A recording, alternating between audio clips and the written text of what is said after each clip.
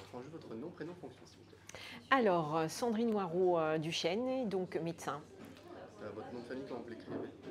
Alors, Hoareau, Duchesne, Duchhaine.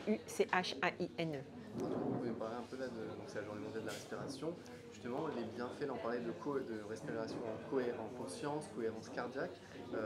Déjà en quoi ça consiste tout ça, et puis quels bienfaits du coup on peut attendre, on peut observer en tout cas Alors chez... déjà, l'aspect effectivement que la journée soit mondiale, hein, donc c'est-à-dire bien au-delà de notre hexagone ou de la Réunion et des autres territoires de l'outre-mer, ça notifie quand même son importance voilà, par rapport au sujet de la santé. Et effectivement, donc la notion est d'avoir un impact non négligeable sur un bien-être et donc pour aboutir à une bonne santé. Maintenant, différentes techniques existent et comme on en avait parlé tout à l'heure, effectivement, déjà initialement, à la naissance, nous respirons. Maintenant, dans la notion, est-ce qu'on en est conscient ou est-ce qu'on n'en est pas conscient, voilà.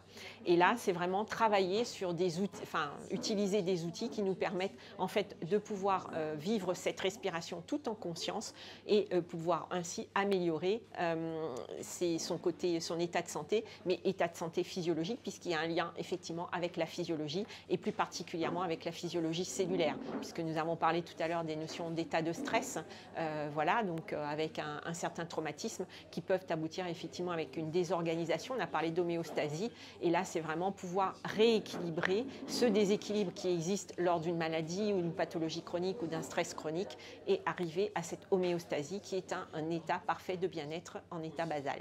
Et rapidement, est-ce que vous auriez un exercice que les gens peuvent déjà peut-être faire rapidement chez eux, je sais pas, le matin en se levant ou dans la journée pour se déstresser un coup? C'est vrai que là, vu toutes les techniques qui sont présentées aujourd'hui, à la fois accompagnées, le but est vraiment aussi que la personne puisse arriver à le faire aussi chez soi en toute autonomie et simplement. Bah, écoutez, simplement, moi-même l'ayant testé, puisque étant une personne humaine et vivant aussi des situations de stress ou de maladie, déjà bah, le matin, je me lève le matin, et bah, je prends le temps, je me pose, je me centre et je prends conscience de ma respiration en faisant effectivement une inspiration profonde.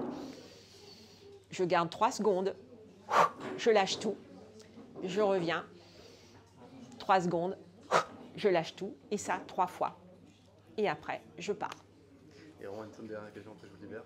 Mais j'ai l'impression que c'est assez marrant de voir que finalement tout ça, en Asie par exemple, ça existe depuis très longtemps. Oui. S'écouter, le travail sur le corps, la méditation, la respiration. Pendant longtemps, on n'a pas trop, enfin, on regardait ça un peu avec arrogance de l'Occident. Et j'ai l'impression que ça revient. Alors je sais pas si c'est le manque de moyens, parce que finalement ça coûte rien entre guillemets, hein, de prendre Oui. du temps pour soi, de s'écouter, de respirer chez soi, de méditer. Est-ce que ça vient de là? C'est parce qu'on a toutes les autres techniques de médicaments, ça n'a pas fonctionné, donc on revient à du Non, plus je pense traditionnel? que en fait, par rapport à effectivement ces notions on parle là de l'Orient, hein, donc voilà, donc on va plutôt parler de culture en fait. Là, on va arriver à des attitudes, comportements qui font qu'effectivement, bah, ces notions sont déjà intégrées chez les personnes qui sont d'origine orientale. Je parle bien dans ces différents pays hein, d'Asie. Mais là, en fait, on reprend conscience plus ou moins de ces notions qui existent depuis des millénaires. Si on parle de la médecine traditionnelle chinoise ou de la médecine ayurvédique ou d'autres médecines dans d'autres pays, puisqu'il y a ce qu'on appelle étiqueté médecine traditionnelle. Ceci dit, ces médecines sont quand même reconnues au niveau de l'Organisation mondiale de la santé, avec effectivement aussi la notion là, que j'ai découvert d'un guide spécifique de l'OMS hein, sur le stress, les techniques respiratoires et d'ancrage. Ceci dit, par rapport aussi à ces notions de médecine chinoise, en fait, orientale, bah, ceux qui pratiquent les arts martiaux, normalement sur le territoire hexagonal ou d'hommes, ont déjà cette notion, effectivement, parce que vous êtes ancré, vous apprenez à respirer, et les gestes dans les arts martiaux sont basés aussi sur la respiration, qui est un des outils, justement, d'une bonne qualité de vie et d'un bien-être. Et sur une action de la force, justement, pour aboutir. Et là, c'est dans les notions de combat, mais il n'y a pas que cette notion là dans les arts martiaux. Super, bah, je vous remercie.